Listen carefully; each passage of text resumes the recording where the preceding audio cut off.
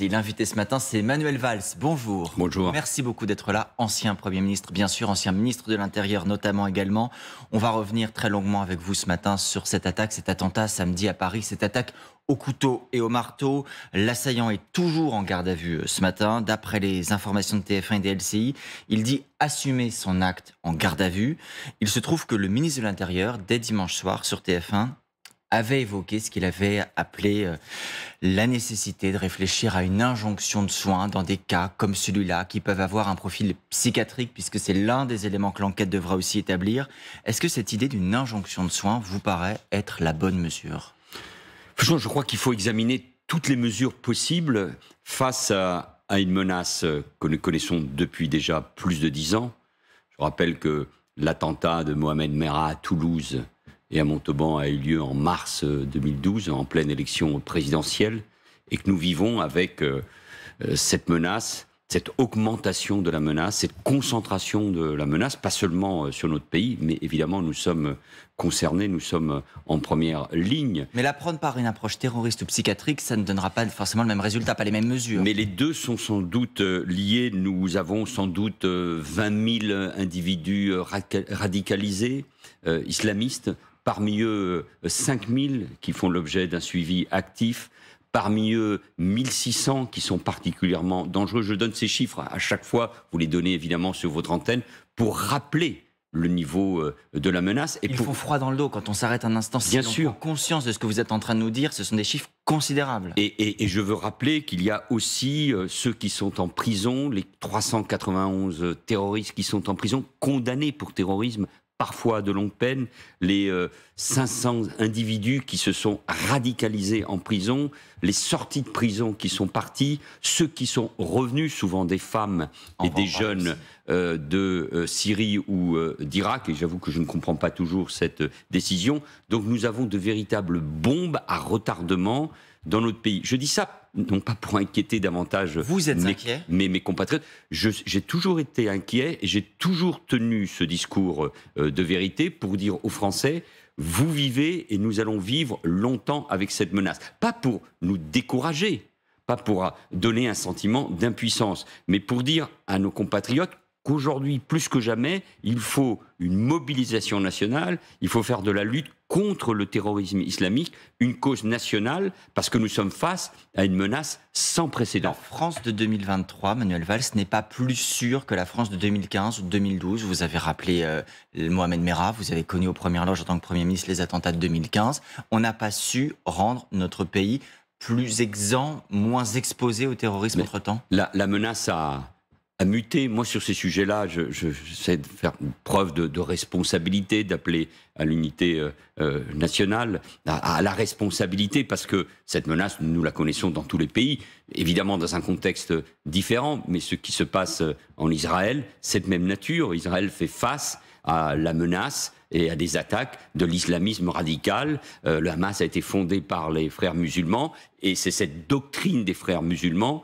qui a inondé, à travers les communautés musulmanes qui sont sur notre pays, même si ce sont des minorités à chaque fois évidemment, qui a inondé l'Europe. Et c'est l'Europe tout particulièrement qui est visée par l'État islamique ou par Al-Qaïda. Donc face à cette menace, il faut utiliser toutes les possibilités qui existent. Et donc, il y a évidemment le travail que fait la justice et la police, mais pour vous répondre, et après peut-être une trop longue réponse, un très long détour, oui, les éléments liés à la psychiatrie sont évidemment complémentaires de l'action qu'il faut mener. Alors, parlons des solutions, puisque vous les évoquiez. À votre place, hier, Nicolas Dupont-Aignan disait la priorité, c'est de prévoir des peines plus longue. Il était étonné que l'assaillant, pour d'autres faits et d'autres accusations, n'ait écopé que de 4 ans de prison. Il était déjà question de terrorisme à ce moment-là. Jordan Bardella a proposé la rétention de sûreté. Bruno Retailleau, ce matin, chez nos confrères du Figaro, dit qu'il faudrait une mesure judiciaire de surveillance de sûreté au motif que la rétention de sûreté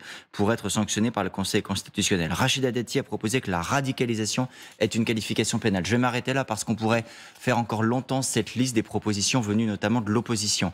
Dans cette liste, l'une d'entre elles recueille-t-elle votre assentiment? Voyez-vous là une solution, une mesure qui permettrait de changer les choses? Moi, je me mets à la place des Français, et face aux chiffres que j'ai évoqués tout à l'heure, ils demandent à être protégés.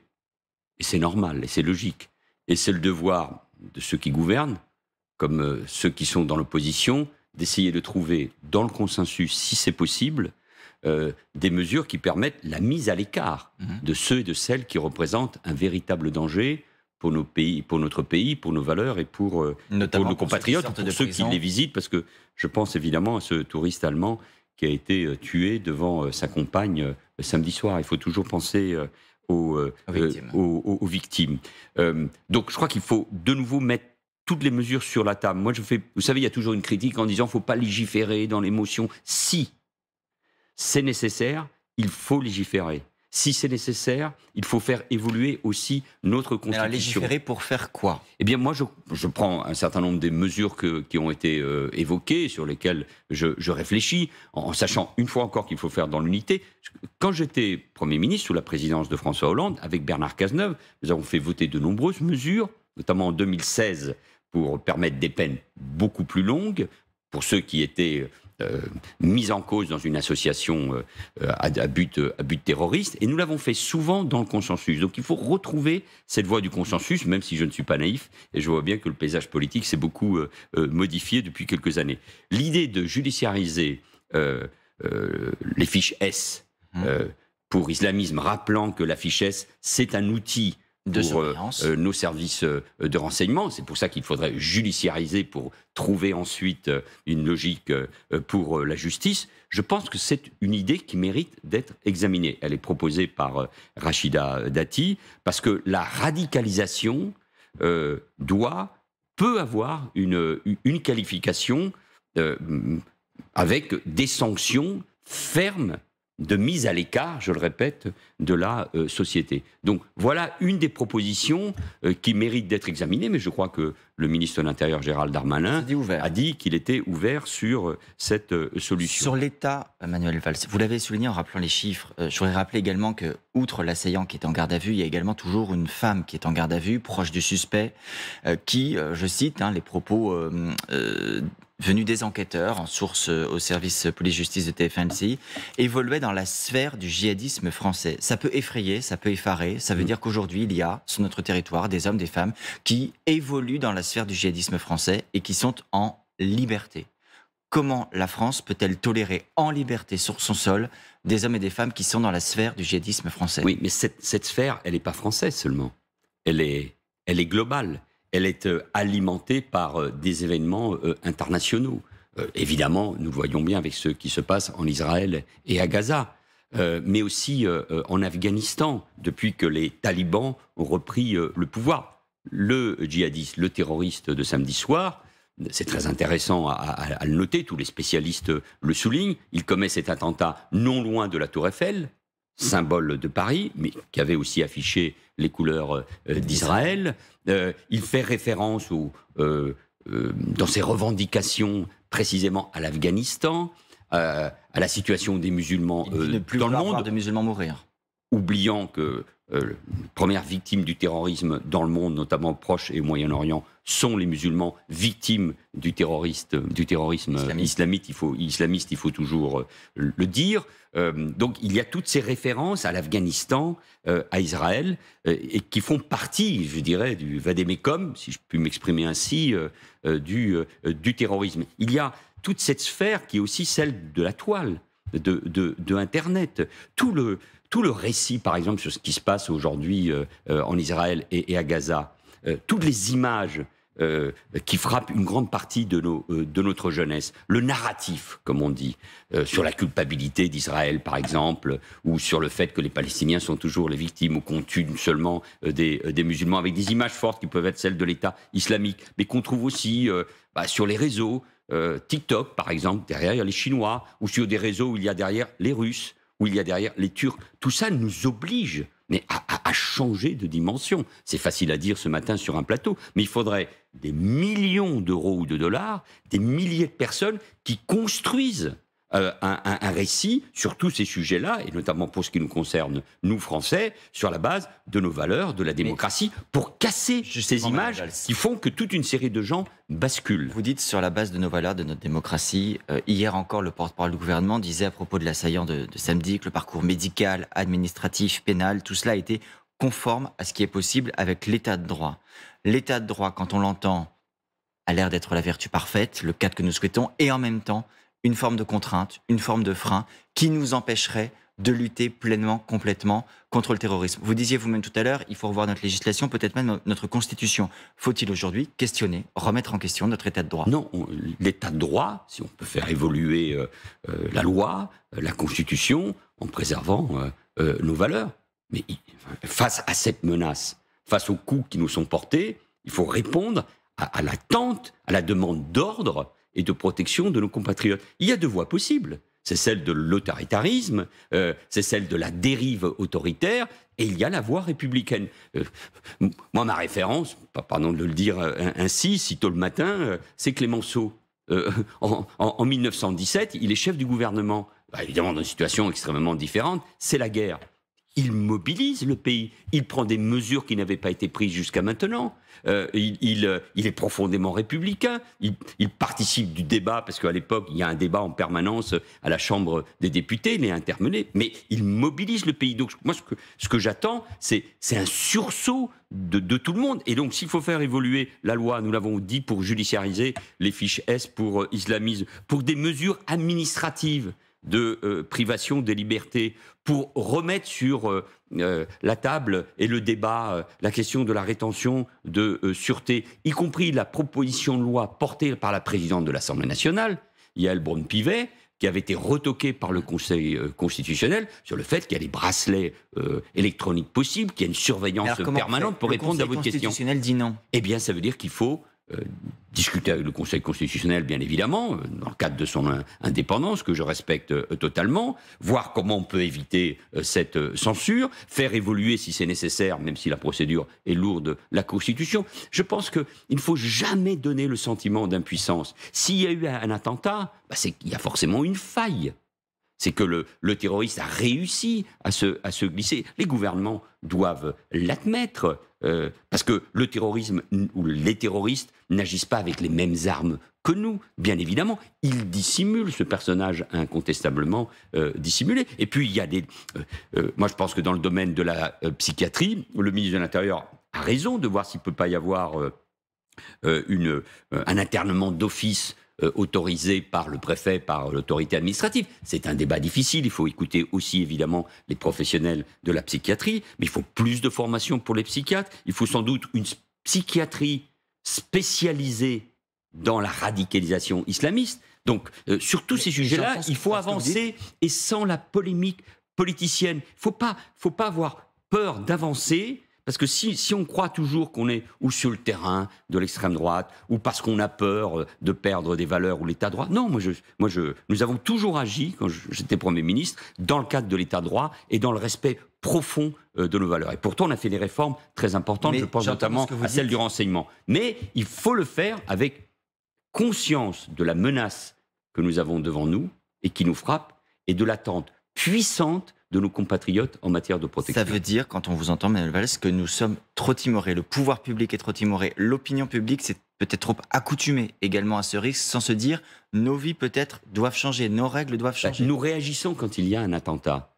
Mais l'islam politique, l'islamisme, le djihadisme, les frères musulmans, eux, ils sont dans un continuum permanent. Ils agissent dans les prisons, ils agissent dans les quartiers, dans le mouvement sportif, dans les associations, ils ont doctrine, ils sont évidemment d'abord sur la toile, sur Internet, ils utilisent des moyens extrêmement modernes, ils ont une propagande efficace, ils ont comme objectif d'avoir le maximum de personnes parmi les musulmans. Il faut aussi soutenir et aider nos compatriotes musulmans qui regardent cela avec beaucoup d'effroi. Mais donc face à cela, il faut en permanence réagir, agir, et protéger, et se dire que c'est une mobilisation générale. Moi, je suis parfois un peu désespéré quand je vois un nouvel attentat. Non, c'est la même action. Ils frappent, ils frapperont. Nous devons tout faire pour éviter ces attentats, mais il faut savoir que nous avons des ennemis déterminés. Ça n'est pas le terrorisme d'avant, de petits groupes d'extrême gauche, d'extrême droite ou nationalistes. Non, là, nous faisons face à une masse considérable en France, en Europe, dans le monde, une menace extérieure et une menace intérieure. Manuel Valls, on a connu par le passé, c'était le cas notamment en 2015 en partie, du terrorisme avec des groupes venus d'Irak, de Syrie, l'organisation État islamique derrière. On a aujourd'hui des assaillants qui sont sur le sol français, pour certains de nationalité française, installés sur notre territoire. Comment on lutte contre cette forme de terrorisme de l'intérieur? Ça veut dire que le renseignement n'est plus le même, que le contrôle des frontières ne sert d'une certaine manière plus à grand-chose. Vous parliez tout à l'heure d'Internet. Il y a cette question du lien avec l'immigration, il y a cette question du lien avec l'intégration, il y a cette question du lien avec le rapport à la France, à nos valeurs, tout simplement. Quel est le levier? La menace extérieure, je veux aggraver l'inquiétude, la menace extérieure n'a pas disparu. Elle est moins présente qu'il y a quelques années, parce que nous avons réussi à détruire en partie seulement, mais en partie. Et vous dire qu'un attentat avec des hommes venus de l'étranger est encore possible aujourd'hui? Je pense que c'est possible, et regardons encore une nouvelle fois ce qui se passe en Afghanistan, ce qui se passe avec des individus qui viennent notamment du Caucase et de la Tchétchénie. La situation, évidemment, même si je crois que les choses sont plutôt contrôlées de ce point de vue-là au Sahel, enfin, il y a des intérêts français aussi en Afrique, donc il faut être extrêmement attentif à ce qui se passe. Et la France, elle est de toute façon visée pour ce que nous sommes, c'est-à-dire le pays des droits de l'homme. Est-ce que ça veut dire aussi qu'il faut avoir à l'esprit, comme le disent certains à droite et à l'extrême droite, qu'il y a un lien possible entre terrorisme et immigration, et dans la manière de gérer notre immigration, intégrer le risque terroriste? Mais le terrorisme islamiste, même s'il y a des convertis, que je n'oublie pas, et ce sont parfois les plus radicalisés et les plus déterminés.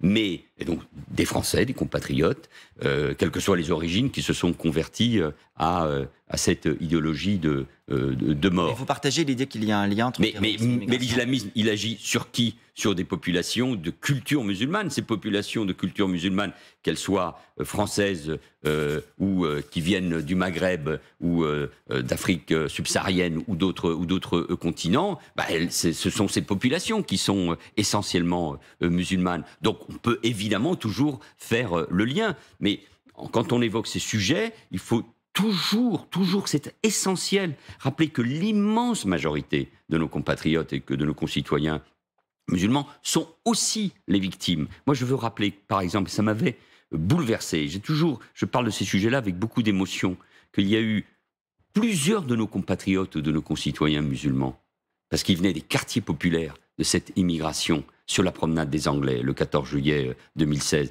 Pareil au Bataclan, pareil sur les terrasses de Paris. Les terroristes frappent de manière... sans se demander, dans ces attentats de masse, quelles sont les origines. Et ils frappent d'ailleurs aussi les Français musulmans, parce qu'ils considèrent qu'ils sont complices de nos valeurs. Mais, et c'est un sujet encore plus lourd, qui mettra encore plus d'années, comment on refait France, oui. Comment on fait aimer ce pays? Il y a un échec de l'intégration et de l'assimilation pour une partie de la population. Comment des Français, des jeunes Français, qui ont tout eu dans ce pays magnifique, bien sûr qu'il y a des problèmes, bien sûr qu'il y a des inégalités, mais enfin, c'est une démocratie. Il y a l'école, il y a l'égalité femmes-hommes, il y a la laïcité. Enfin, il faut... Et ça suscite parfois une haine. Souvent dans les pays d'origine, très souvent, tout cela n'existe pas.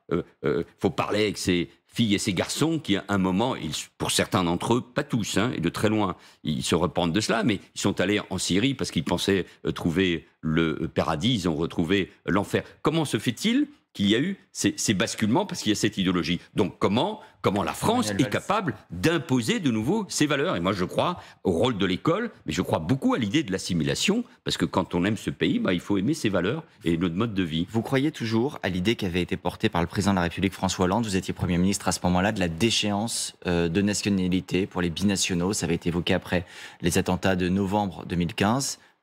Certains des assaillants sont binationaux. Est-ce que ça vaut encore aujourd'hui? Moi, je regrette que cette réforme de la Constitution ne soit pas allée jusqu'au bout. Elle était demandée, attendue par les Français. Mais je veux dire aussitôt, pour qu'il n'y ait pas de méprise, que les doubles nationaux, condamnés pour terrorisme et atteinte à la sûreté de l'État, peuvent être déchus toujours de leur nationalité, et que beaucoup d'entre eux, sous l'autorité de la Première ministre et du ministre de l'Intérieur, les prédécesseurs depuis des années, beaucoup d'entre eux, les binationaux, ont été déchus de leur nationalité, ce qui doit pouvoir faciliter, quand ils ont accompli leur peine, l'expulsion vers leur pays d'origine. Nous l'avions intégré dans l'idée de la réforme de la Constitution pour l'asseoir, pour la consolider juridiquement, et puis parce que c'était le sens du discours de François Hollande dans son discours. La réalité, c'est que c'est un outil qui est très peu utilisé, pour ne pas dire pratiquement pas. Non, il y a maintenant plusieurs dizaines de personnes qui ont été déchues de leur nationalité. Mais il faut continuer, évidemment, à le faire, à procéder aux expulsions, même si vous avez rappelé aussi, à juste titre, qu'il y a souvent aussi des Français. Donc vous voyez bien que quand il faut défendre la République, la nation et nos valeurs, il faut en effet être sur un front. C'est ça, c'est un front, hein. Je parlais de 1917, un front extrêmement large, une mobilisation de tous, pas seulement de la justice et de la police, ou la psychiatrie en l'occurrence, mais de tous et de nos compatriotes. On ne peut pas baisser la garde. Il y a également un projet de loi immigration qui est en débat au Parlement en ce moment. Le ministre de l'Intérieur a expliqué si, avec son projet de loi, on expulse des délinquants étrangers radicalisés, on aura plus de moyens pour se préoccuper des Français, justement. Il y a aussi un débat sur l'AME qui s'est greffé à cette occasion, qui n'est pas lié directement au texte de loi parce qu'il ne peut pas y figurer pour des raisons de cadre juridique. En revanche, il y a eu un rapport en début de semaine, Claude Évin, Patrick Stefanini, qui disent bon, l'AME globalement maîtrisée, elle mérite d'être adaptée. Est-ce que c'est un dispositif qu'il faut préserver de votre point de vue ? Il faut le préserver pour des soins essentiels. Parce que c'est ainsi, c'est ça. On doit toujours pouvoir soigner quelqu'un qui le demande. Mais sur la base du rapport qui vient d'être remis à la Première ministre, je pense qu'on peut faire évoluer ce qu'on appelle le panier de soins, la liste des soins possibles, le coût qui est représenté. Mais sur ce texte de loi sur l'immigration, là, chacun est mis devant ses responsabilités. Vous le voteriez si vous étiez parlementaire ? Oui, bien évidemment. Et je trouve que la version du Sénat était de bonne qualité. Ce qui a été changé par l'Assemblée nationale va aussi dans le bon sens. Il y aura forcément un compromis, mais il faut un compromis. Le signe qui doit être donné à nos Français, c'est que le Sénat et l'Assemblée, la majorité présidentielle et l'opposition sont capables d'entendre là aussi ce que demandent nos compatriotes. Merci beaucoup, Manuel Valls.